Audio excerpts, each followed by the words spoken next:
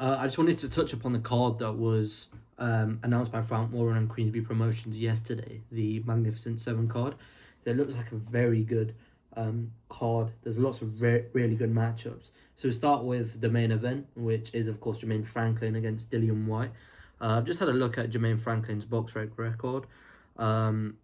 He's coming off a win, a controversial win against Ivan Dichko, the Kazakhstan Olympic medalist who suffered his first defeat against Jermaine Franklin. The judges gave it 96, 93, 95, 94, 97, 92. So two of them looked like they were pretty wide, and then one of them had it quite close. So Ditchko as well was deducted 1 point for holding in round 8. So yeah, he could count himself quite unfortunate. That fight was in September, so October, November, December, Jan. So it'll be 4 months. So he'll have some time to regroup from that. But his only two losses have come against Anthony Joshua and Dillian White. I've just had a look at the Dillian White fight, and it was I thought Jermaine Franklin did quite well there against White. He looked like he was coming forward, landing a lot of punches to the body. And the judges scored it 115, 115 a draw, 112, 116 in favour of White, and 112, 116 in favour of White too. So two judges had an agreement, one a draw. I mean, I think Franklin could count himself quite unlucky that he didn't get close to scorecards, or he didn't even nick it, or at the very least it be a draw.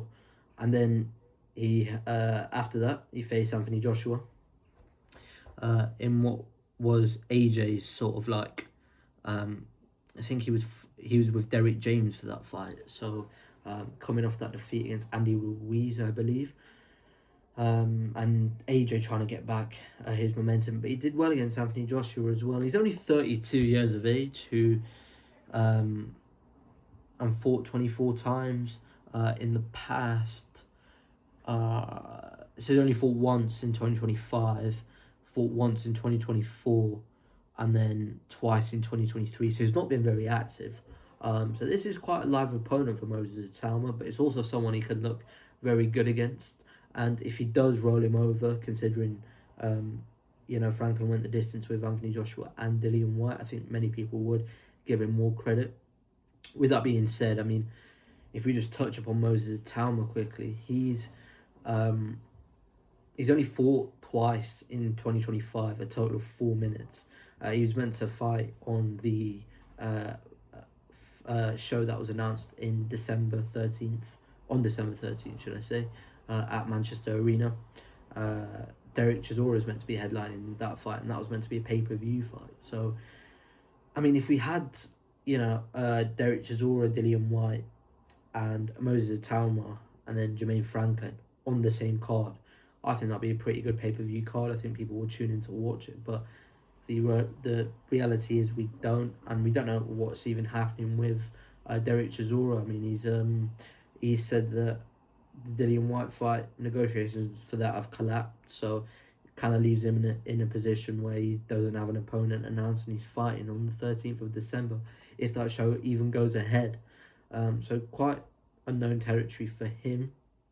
For Moses, I mean, I reckon it's been quite frustrating for him, because as soon as you get a win like that against Dillian White, you dispatch him in one round, the opponents will automatically assume that they can earn more and almost like price themselves out. So he's probably experienced quite a lot of that, where opponents are coming in asking for way too much cash, and the deal can't be done. But for Moses, at least he's out about 4 or 5 weeks after the date he was meant to be announced, which is still soon enough, and it just gives him a little bit more time to prepare in the gym.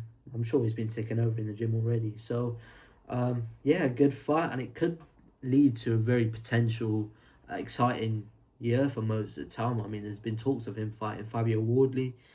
That might be ordered. That might be a bit tricky because they're both training in the same gym. So it'd be interesting to see who sticks with Ben Davidson and who leaves. But I don't see that fight happening anytime soon. If it was to happen, I think Fabio Wardley has his eyes set firmly on Alexander Usyk, and deservedly so. And then going back to, let me just get it up. I think you've got Ezra Taylor against Willy Hutchinson.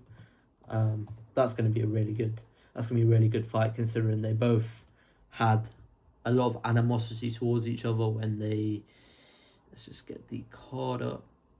Yeah, here we go. So, yeah, considering they had a lot of oh, on card. My bad. Itauma versus Jermaine Franklin. Okay, here we go. Yeah, Hutchinson against Taylor. They both had a lot of beef at the recent light heavyweight bonanza that Queensbury had, where it was Josh Buatsis at Parker, and they both went at each other. So it's quite good to see the talk translating into a fight happening. A lot of the time, there's a lot of talk, no fight, aka Derek Chisora. Although when he does, actually no, he backs up his talk. I take that back, but he backs up his talk, but he's got a lot of talk, and he's not backed it up recently because he's not giving us an opponent unless he's got a trick up his sleeve. But anyway, I digress. Hutchinson Taylor, very good fight. Willy Hutchinson was coming off that win, a very impressive win in Glasgow, and Ezra Taylor looked very good in the undercard, or against Steed Woodall on the undercard of Fabio Wardley against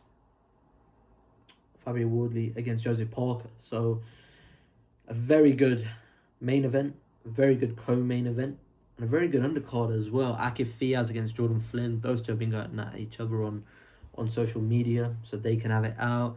Heaney's back.